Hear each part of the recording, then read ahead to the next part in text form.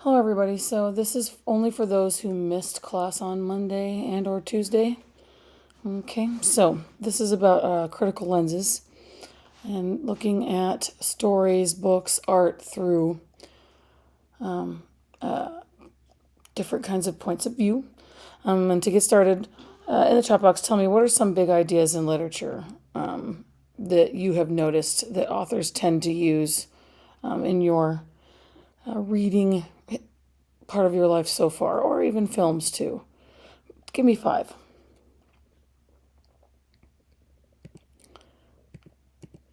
All right, so here's just kind of a short list I made. And notice how they're in different colors. If you were in class, you would have, I would have given you these little plastic gels of red and blue to look through. And these are some of the biggies that came off the top of my head. There are others, of course. Got nature, society, gender, culture, human nature, justice, human rights, freedom, power, love, control, religion, identity, diversity, optimism, pessimism. And that's just, of course, that's not exhaustive. And I would have you guys look through the gels one at a time. What happens if you look at the blue? When you look through just the blue lens, you would notice some words practically disappearing, other words sticking out, some words kind of fading into the background, but you can still see them. And then I'd have you switch to the red lens. Same thing, but it would be different words. Different words would pop out, different words would disappear, different words would kind of fade into the middle or the background a bit. And we would have a discussion about, like, what is this saying, right?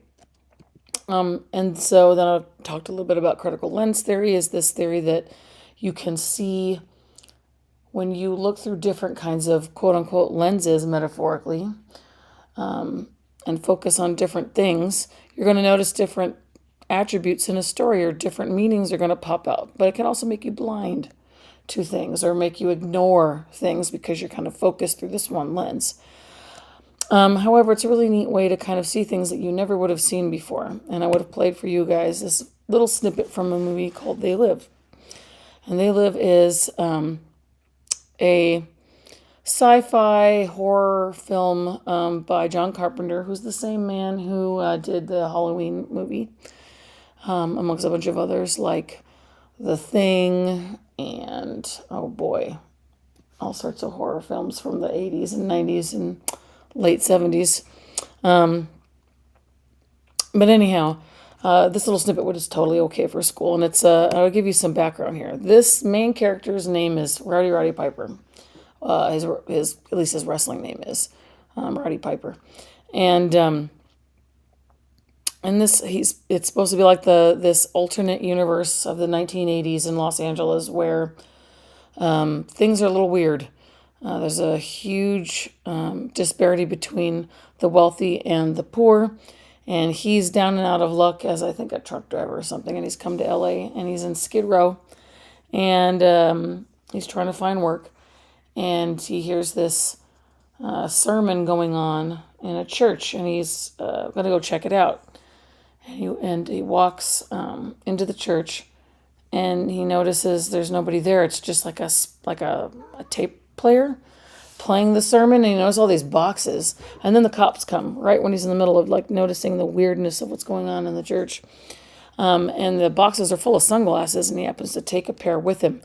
And when the cops come, it's a huge raid. They're trying to move all the homeless people out, and so he runs. And he gets away from them, and now he's walking down the street in this scene, and he puts on these quote-unquote sunglasses, and things get a little weird. So let me hit play for you.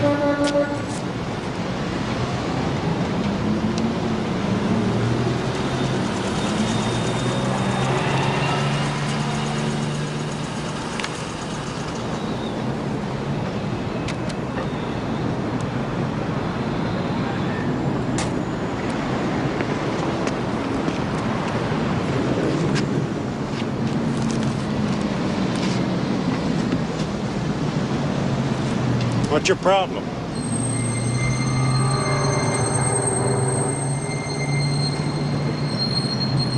I said, what's your problem?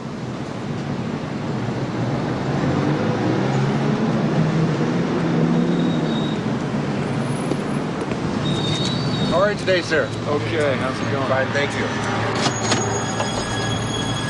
Thank you, sir.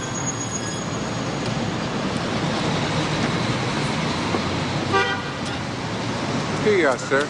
Thank you.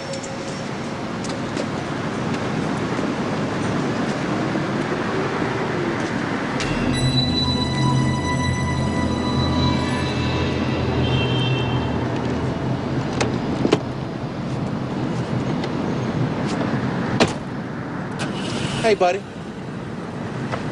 You gonna pay for that or what?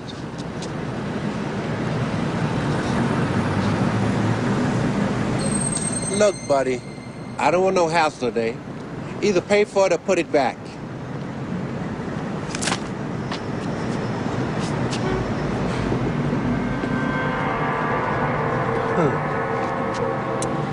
Sleep. Sleep. Sleep. Sleep. All right. So, what was that played for? That was to just kind of show a metaphor about what we're going to be doing here.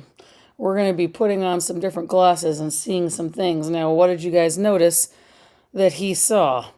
How did that he was able to see that there's all these subliminal messages, right? That all these ads and these magazines and these signs are really trying to control him and get him to just obey, not question authority, to stay mentally asleep, to be a mental slave. And that's kind of the plot of the story, is that aliens have come and people don't know it. That's what that creepy mask was the rich man, was an alien, and all the rich people are either aliens or people who work with the aliens and know that there are aliens, and everybody else is just kind of the slave class, the sheeple that are kept asleep with this kind of subliminal messages. But the glasses help you see the truth, and there's a big rebellion going on, Star Wars style, trying to fight the aliens that he came across, and that's what was going on in the church.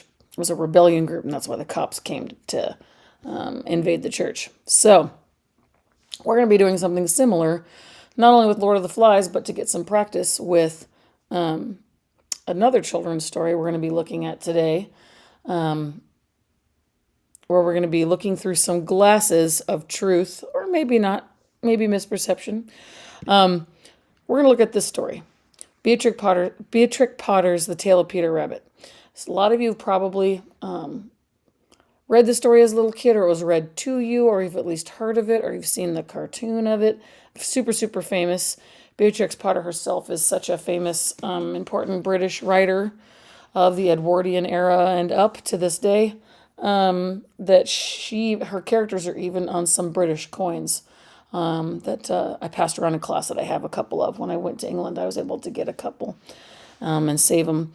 They're kind of like an Easter egg. When you found one, you're like, woohoo, you got one. And anyway, this is a famous story, but a lot of us may have forgotten over the years, so I'm going to have you guys watch it. I'll make it faster speed so you can get through it quicker.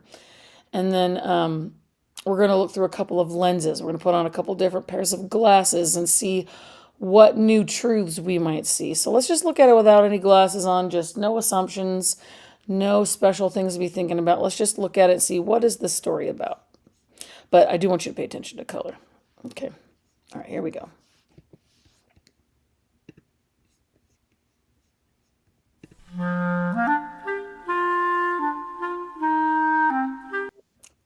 Just a second, let me make it faster.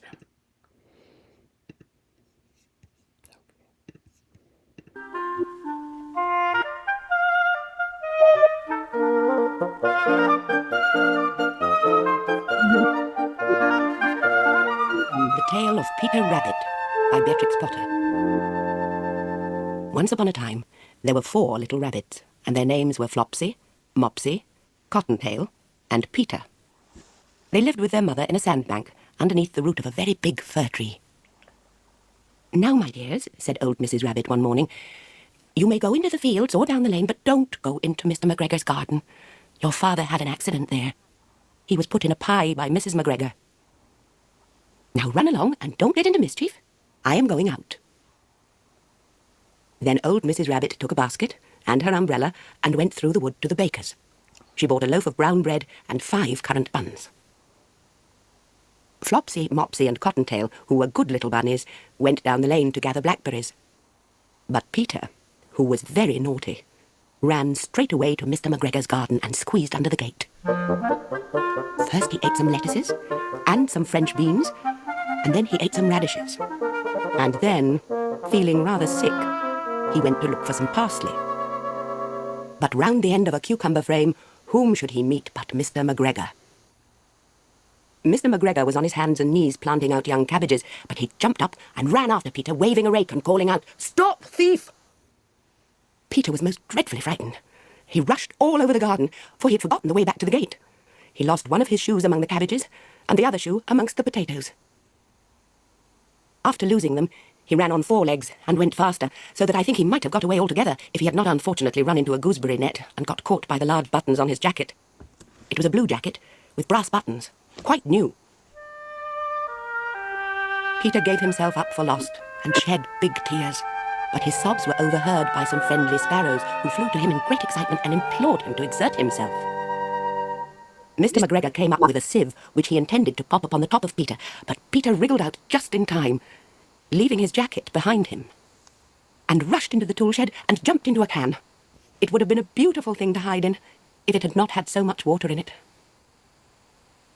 Mr. McGregor was quite sure that Peter was somewhere in the tool shed, perhaps hidden underneath a flower pot. He began to turn them over carefully, looking under each. Presently, Peter sneezed. Ka-tissue! Mr. McGregor was after him in no time, and tried to put his foot upon Peter, who jumped out of a window, upsetting 3 plants. The window was too small for Mr. McGregor, and he was tired of running after Peter. He went back to his work. Peter sat down to rest. He was out of breath and trembling with fright, and he had not the least idea which way to go. Also, he was very damp with sitting in that can. After a time, he began to wander about, going lippity-blippity, not very fast, and looking all round. He found a door in a wall, but it was locked, and there was no room for a fat little rabbit to squeeze underneath. An old mouse was running in and out over the stone doorstep, carrying peas and beans to her family in the wood. Peter asked her the way to the gate, but she had such a large pea in her mouth that she could not answer. She only shook her head at him. Peter began to cry. Then he tried to find his way straight across the garden, but he became more and more puzzled. Presently he came to a pond where Mr. McGregor filled his water cans. A white cat was staring at some goldfish. She sat very, very still, but now and then the tip of her tail twitched as if it were alive. Peter thought it best to go away without speaking to her. He had heard about cats from his cousin, little Benjamin Bunny. He went back towards the tool shed, but suddenly, quite close to him, he heard the noise of a hoe. Scritch, scratch, scratch, scritch. Peter scuttered underneath the bushes. But presently, as nothing happened, he came out and climbed upon a wheelbarrow and peeped over. The first thing he saw was Mr. McGregor hoeing onions. His back was turned towards Peter, and beyond him was the gate. Peter got down very quietly off the wheelbarrow and started running as fast as he could go, along a straight walk behind some blackcurrant bushes. Mr. McGregor caught sight of him at the corner, but Peter did not care. He slipped underneath the gate and was safe at last in the wood outside the garden. Mr. McGregor hung up the little jacket and the shoes for a scarecrow to frighten the blackbirds. Peter never stopped running or looked behind him till he got home to the big fir tree. He was so tired that he flopped down upon the nice soft sand on the floor of the rabbit hole and shut his eyes. His mother was busy cooking. She wondered what he had done with his clothes. It was the second little jacket and pair of shoes that Peter had lost in a fortnight. I am sorry to say that Peter was not very well during the evening. His mother put him to bed and made some chamomile tea, and she gave a dose of it to Peter. 1 tablespoonful to be taken at bedtime. But Flopsy, Mopsy, and Cottontail had bread and milk and blackberries for supper. The end. Okay, so in the chat box now, answer me. What did you see in this first read? What do you think the story is trying to say? What do you think Beatrix Potter was trying to get her little audience to understand? And what themes did you notice in the story? And, feel free to use any of the tools of the trade that we've been working on so far.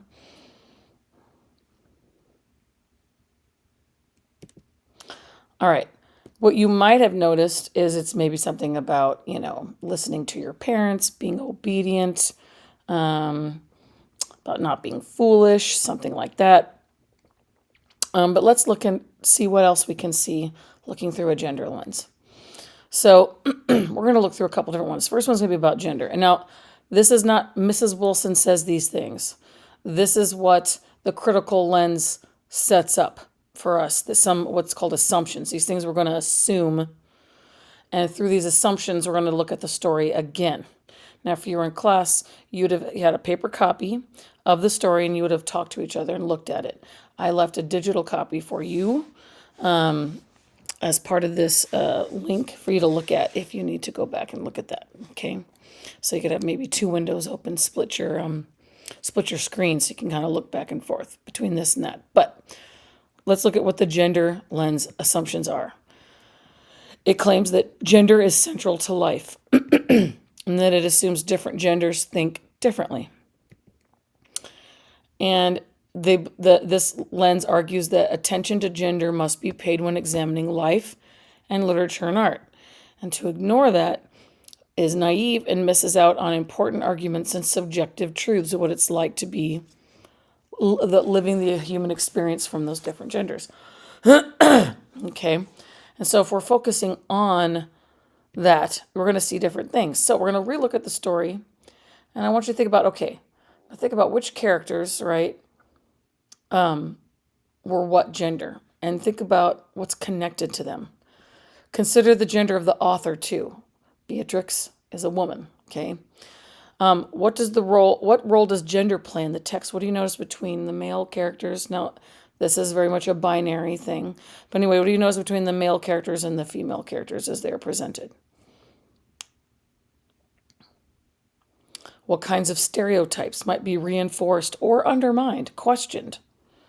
Right? How does the text maybe reflect or distort about girls and boys or men and women? What did you guys notice?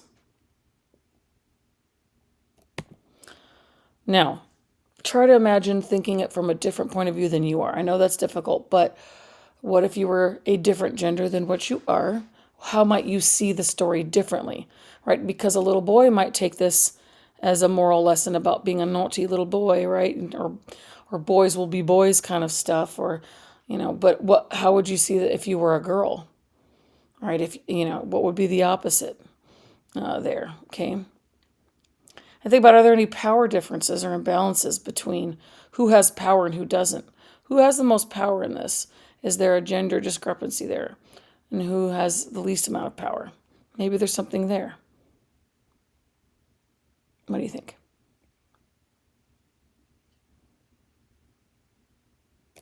All right, so hopefully you had some interesting thoughts about, like, oh yeah, from a gender perspective, like looking at the color of the clothing, looking at the names of the characters, right? Like, for example, how come all the female characters have like animal names, Flopsy, Mopsy, and Cottontail, but Peter the boy is named a human name? That's interesting. Is it pushing stereotypes about boys being rebellious or violence of men? Because Mr. McGregor is a mister and he wants to kill Peter. Is it trying to say something about toxic masculinity or something about like the violent tendencies of men to settle things with, death? Because, if you recall, Peter's father was also killed and put in a pie. Remember? So it even starts off with this kind of violence. Is it some kind of parallel about war or, getting into fights or something like that. Is that a distortion, right? How about the fact that the girls are all obedient and they do what they're supposed to? That they're, picking their berries, but then they get rewarded for what they did. So is this a pro-conformist story for little girls, right? Is this giving license for boys to be, boys will be boys and girls need to obey? Or is this a warning to boys? I don't know. You tell me. Just some interesting things you might have noticed looking at it through a gender lens that you may not have noticed by just watching it, as a children's story. Okay, so hopefully you saw something like that. Okay, so now we're going to do a different lens. All right. So now we're looking at the socioeconomic lens, and this has some different assumptions. Now we're not going to think about gender so much, we're going to think about money and about power with money. So, we're going to be looking at the socioeconomic issues, which has to do, what's socioeconomic? That has to do with, socioeconomic status has to do with the social standing or class of an individual or group of people mean in a society measured by their education, their income, their occupation, and depending on the culture that what you're born into.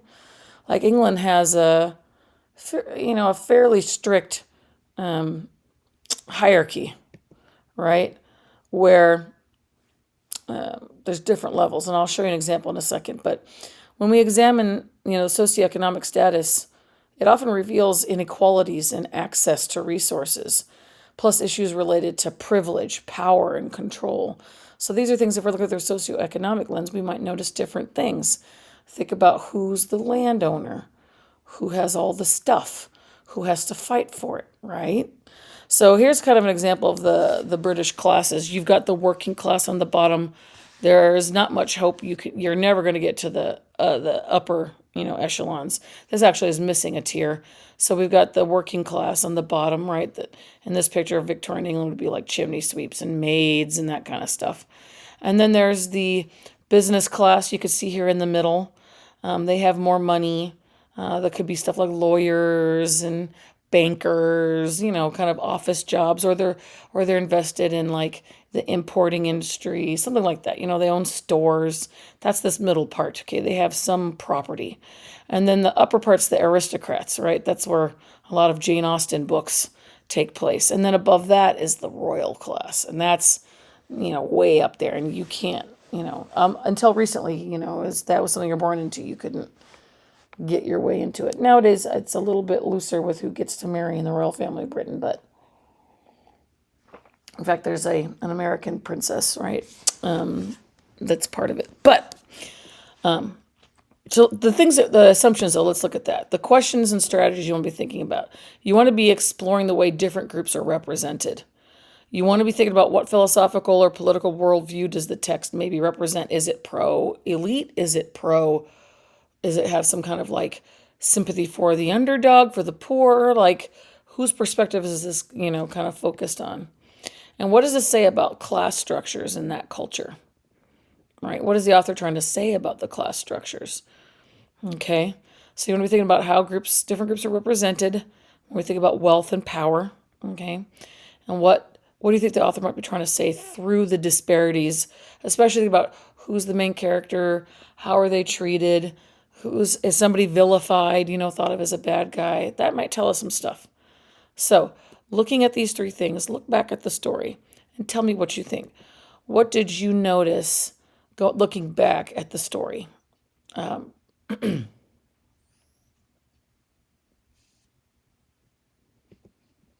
right. So hopefully you got to see something about how Mr. McGregor is kind of the lord of the manor. He owns all the land. And the poor people maybe are the rabbits, the animals, right, that have to fight for their food. And maybe that's why Peter was going in and stealing. It wasn't just being naughty. It's that they were needing things. Although, the rest of the family was working and picking, wild berries and stuff and getting things in a less dangerous manner. But they're still having to gather things from the land, and they have to, get by each day. They're not maybe super poor because Peter does have clothing, and the other characters have clothing, although a lot of times the little girls don't, which is weird. but the mom was able to replace it. So, what status might they be? Maybe you were noticing that. But there's definitely this big discrepancy between Mr. and Mrs. McGregor being kind of like able to kill the animals and get them off their land. And they're the ones that have all this huge plentitude. And the animals have to kind of risk death to get their little piece of the pie. And when they do try to get their little piece of the pie, they get attacked. Right? So maybe the author's trying to say something about economic disparities in Britain. Hard to say. Although she was a landowner who had a lot of money. She inherited a beautiful estate in the Lake District. I've actually been to her home. It's gorgeous. If I had time in class, I would have showed you pictures of her estate while you guys were talking. But anyhow, and her father was connected to the upper crust. So, did she intentionally put that in there? I don't know, right? It could just be she's just simply making this kind of battle that really happens as a farmer with animals constantly eating your crops, right? But do you notice how it warps things, and you might see stuff that may or may not be in there once you're looking through lenses. So, we need to be careful. There's a problem with looking through any kind of lens if we're trying to focus on something. Like, we need to be thinking critically and carefully, because once we see something, it might make us be blind to everything else. Like, if everything's about this lens, we might not see other things because we're only kind of seeing evidence for that one thing that we're wearing the glasses for. So we got to be careful. And we may project meaning that wasn't intended. Like, I'm not sure Beatrix Potter was trying to have any kind of, socialist arguments about the working poor in her book. I highly doubt it. But it doesn't mean that someone can't find that meaning on their own when they see something that is representative. There are sometimes truths that we're blind to. There's this YouTube channel that I like called Red Letter Media, and there's a guy that had this great line that said, "You might not have seen it, but your brain did." Same kind of thing. Like, maybe, authors aren't completely cognizant of what they're putting into their stories, but you as the reader might see it, and if it's there, it's there. It could be there. If it's a reasonable interpretation. So, but we do need to be careful about, like, are we warping what the actual story is really about? And we could be put into a bubble, and when we get stuck in that bubble, we could be blind to things, and it can make us misinterpret the story too. So it is something to be careful about. So any lens is fine for us to use, and I'm going to be getting. And if you remember the Lord of the Flies at Puzzles, we were talking about all those different illusions as kinds of lenses you're going to be looking for, right? And that's a wonderful way to kind of look at stories and interpret things. See if you could find evidence to help support your ideas as you're looking through that lens. But only if there's enough in there would you want to use this as an actual, like, yeah, this is what the story is about.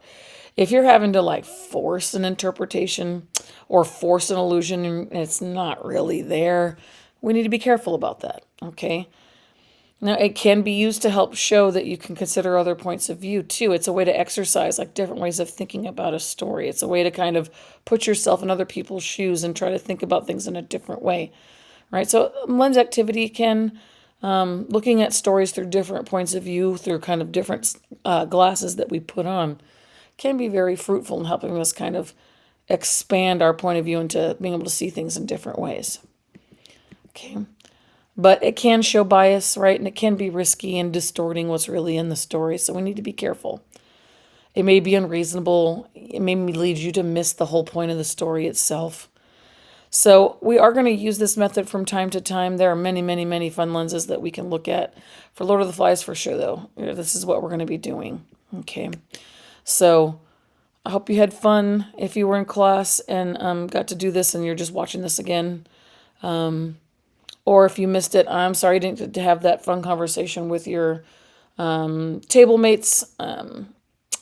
This tends to be something a lot of people enjoy doing in class. It is a neat conversation piece, but you'll get practice through Lord of the Flies nevertheless as you're looking for different illusions. Hopefully you've picked one that you think you're interested in looking at the story through the lens you're going to be looking through, and to help you find things that maybe Mr. Golding is trying to say with those references and those allusions. All right. Thank you for watching this. Bye-bye.